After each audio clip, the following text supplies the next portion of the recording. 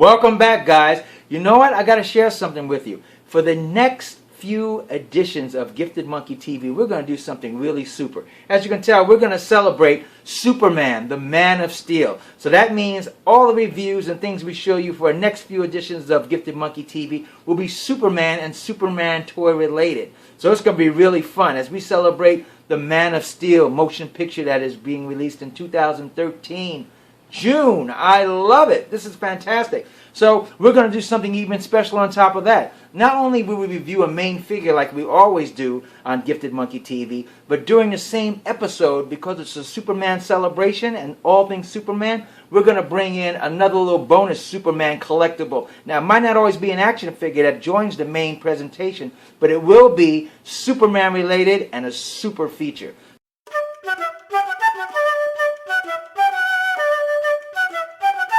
Respect the monkey! First off, we're going to start off with this. I bet a lot of you guys haven't seen this at all or it's been a long time. This is a 12-inch Mattel Superman Cyborg Superman. Isn't that cool? Now look, he is 12 inches. I kid you not. This is the ruler. Because Mattel also released the 6 and 7-inch guys that everybody collects all the time. But let's put him next to one of those. This is a DC Direct Justice League Superman action figure. So you get a little scope of how they are in scale. See that? So you can tell he's a big hefty guy. This guy is 12 inch of honking thing. Now they were rare. There weren't a lot of these guys going around. But they made a Superman and a Cyborg Superman. Let's take a look at the Superman just to show you the box. This is the Superman that came with that. Pure Superman, son of Krypton right there. And on the back you can see Superman and then the other little. Now these guys were the actual 6-inch figures that came out by Mattel at the same time. They only released Superman and Cyborg Superman, Killer Croc, Batman, things like that. A few of them that came out like that. But since this is a Superman review, we're going to review all things Superman. And my Cyborg Superman is out of the box, so I'm going to review him for you. It's pretty straight ahead. It does not have as much articulation as the smaller 6-inch version of this, because this is a direct duplicate of the 6-inch and only built up what you call a 2-up in the industry of the figure, which is how these figures actually start out as this size, and then what Mattel does, or a toy company does, is they mold them down to be the 6-inch. So most figures start out as a 12-inch or bigger sculpture, so we can get all the detail in, and then they shrink it down in the molding process to make a 6-inch or lower figure. Amazing, huh? So what Mattel did is they brought these 2-ups out directly from the cast of the 12-inch mock-ups that they had. And this is really great, but they gave you basic articulation. So look at this. Straight ahead, head goes into 360. There's my look. Who wants a figure like that? I don't know why it's so important to guys to have a 360 rotation. But there we go. And then arm rotation, straight up, down, bend into the right by the bicep joint, both times. No wrist articulation at all, just in steady fist mode.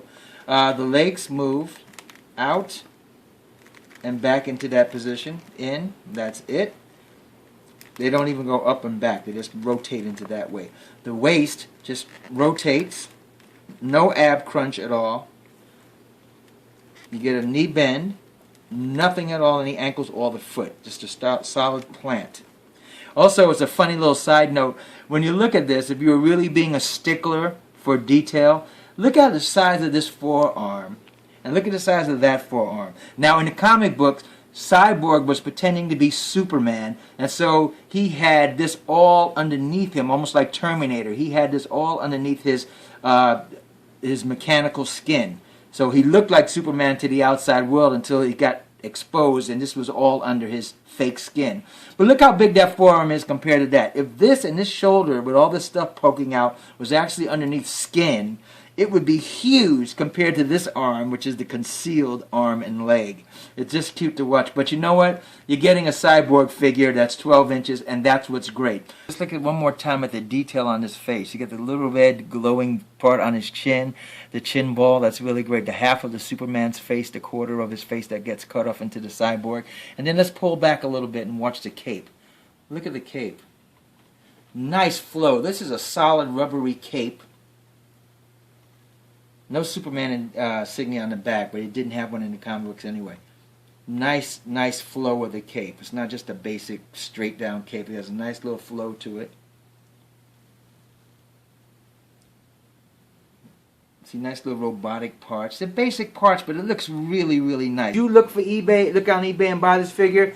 Yes. If you're a die-hard Superman or DC collector, it's a hard figure to get, which makes it very valuable to have and very nice to have in your collection. Raise up the value of your collection a little bit. But also, it's just a cool looking figure to stand with your 12-inch pieces or even alone by itself on some nice Superman base. It's really great. So I hope you liked that today. This is our look at Superman, all things Superman, on our Superman week here at Gifted Monkey TV.